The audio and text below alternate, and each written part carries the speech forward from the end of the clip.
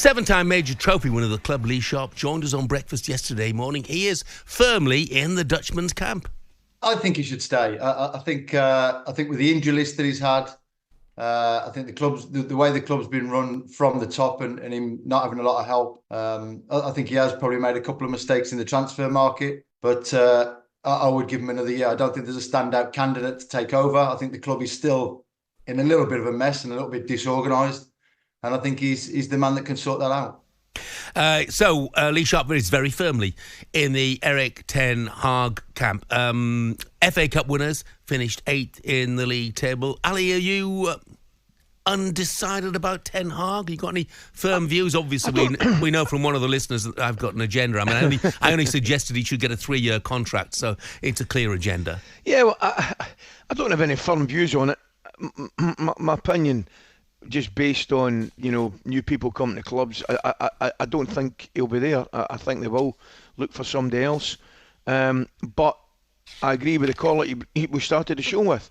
If he is to stay, then you say, right, you're here for the duration, and we're going to back you all the way, because this club needs changed from top to bottom, and it's going to be a minimum 3-year project. It has to, so they have to back somebody to do that. Whether it's Ten Hag or not, time will tell. But certainly the performance at the weekend, I can understand it changing a lot of opinions. What it doesn't change, it was the lowest ever league finished 8th. They finished the negative goal difference, as you say, 13 defeats, group stages in the Champions League. So there's a lot of things there that don't make good reading. But if they back him, they're going to have to back him for at least 3 years. They're as well doing it as soon as possible and letting the supporters know. Yeah. Joining us now for more on Ten Hag's future is the Guardian's Manchester correspondent, Jamie Jackson. Morning, Jamie. Good morning, Jamie. Good morning, gentlemen. Jamie, Ali thinks that Sir Jim Ratcliffe and co have probably made their decision. Do you agree? Do you think they've already made their minds up?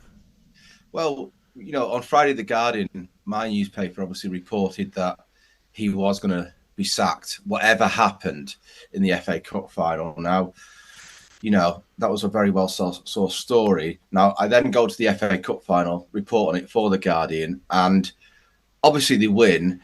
And in the piece I wrote, I basically said, yeah, it's a fait accompli. We've reported that he's gone. But if you're Sir Jim Ratcliffe and Brailsford, etc., you would not be human and or wise, I would suggest, to at least not have some doubts over that decision. Now, this is my view on it, and I kind of agree with Ali in a way. People are saying you can't just judge Erik Ten Hag's future on a one-off game, i.e. winning the FA Cup final. But I have the opposite view, because it was the FA Cup final and it was Manchester City and he has beaten them. So now he has a trophy. Now, people talk about, say, for example, Arsenal's progress this season, right? They finished second, definitely progress. But in 10 years' time, will people be looking back at this season and saying, oh, Arsenal progressed well that season? Or will they be looking back at who won trophies? And only 3 clubs won trophies this season just gone, Manchester United being one of them, against this Manchester City team. It's the first time Manchester City have been beaten in regulation time since mid-December. And Rodri was in the side. So I do think it counts for a lot, especially actually, if you look at the FA Cup final, you have to win 5 other games to get there. One of those games was Liverpool, if you remember. I know it was Hare and Scareham, a 4-3 barn burner at Old Trafford, but they still beat them. And so I'm definitely of the slightly different question, definitely of the opinion that he should be given at least next season, or a good chunk of next season, to see what he can do without a heck of a lot of injuries. He's won 2 trophies in 2 seasons. That's as many as Pep Guardiola won in his first 2 seasons, because he won 0 in his opening season. So that's kind of where I'm coming from. Now, whether that actually means anything, with regards to his job, I'm not so sure. But I think, everyone has a different view maybe, but I personally think football is about glory, about giving fans memories, about winning stuff. And so he's done that, 2 seasons out of 2. Jamie, it's amazing.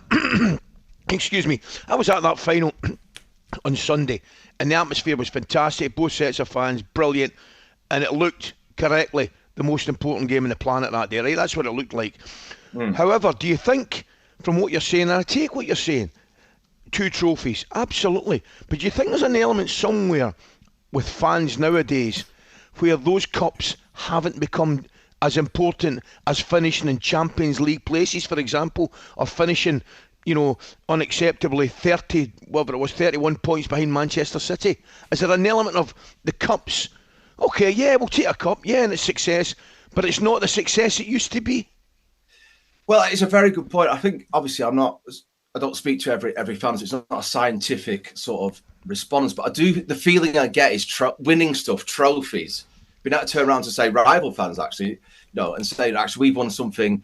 Hey Villa, hey Arsenal, hey Spurs, hey Chelsea, Newcastle, etc. What have you won this season? 0. I think that counts for a heck of a lot, and it goes in the record books. That was the 13th FA Cup victory for Manchester United. They've added to their honours roll, and I think big clubs by definition win things. That's why they're big clubs. And United, I honestly believe this. Despite all the problems, all the injuries, and all the sort of 10, 11 years of decay since Sir Alex Ferguson left United, they've still won, I can't remember what it is now, 4 or 5 trophies, despite all that. And that, to me, I'm not a Manchester United fan. I'm like a lapsed Nottingham Forest fan, if you like. I used to support them as a kid.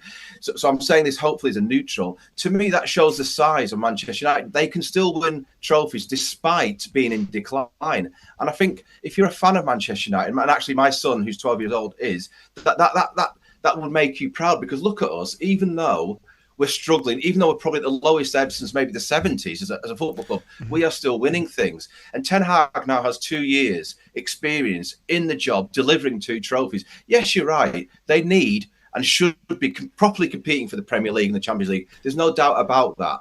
But if in the worst scenario, you're still winning trophies, I don't see how, in that context, it's a failure, really, if you're Ten Hag. Now, they might be able to get someone else in who makes them challengers next season, the new season coming up. But I very much doubt it, because it is, as you said, Ali, a 2 or 3 year project. So that's kind of where I'm coming from. I don't see, how can I put it, what the harm is in at least backing in this summer. Ratcliffe's saying that, they've got a new structure, they're going to get this right. We'll give the incumbent who's just won you the FA Cup on a marvellous day, as you said, Ali. It was a great occasion to be out. I was so lucky to be there. I was thinking, this is what the FA Cup is about, correct, right? A great game, and they've come out on top. And the sheer delight on Ten Hag face, the players' face, the fans' face, that's got to mean something, surely, because I think football is about emotion, as I say, glory, and it's just delivered a large chunk of that. Jamie, you're absolutely right. It wasn't just the win, it was the manner of the victory as well. Thanks for your time, Jamie. Thanks, Jamie. Thank you.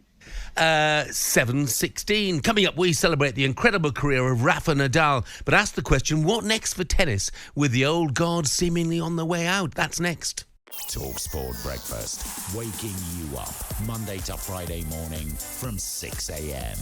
on AM, on DAB, via the talkSPORT app and on your smart speaker. talkSPORT.